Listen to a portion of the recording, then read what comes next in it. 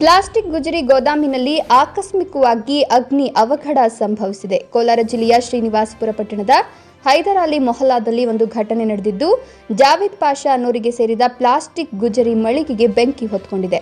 ಇನ್ನು ಲಕ್ಷಾಂತರ ರೂಪಾಯಿ ಮೌಲ್ಯದ ಪ್ಲಾಸ್ಟಿಕ್ ವಸ್ತುಗಳು ಸುಟ್ಟು ನಾಶವಾಗಿದ್ದು, ಶಾರ್ಟ್ ಸರ್ಕ್ಯೂಟ್ನಿಂದಾಗಿ ಬೆಂಕಿ ಹೊತ್ಕೊಂಡಿದೆ ಅನ್ನೋ ಶಂಕೆ ವ್ಯಕ್ತವಾಗ್ತಿದೆ.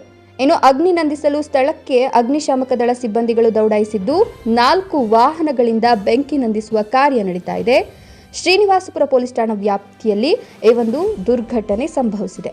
ವರದಿ ಶಿವಪ್ರಸಾದ್, ಶ್ರೀನಿವಾಸಪುರ.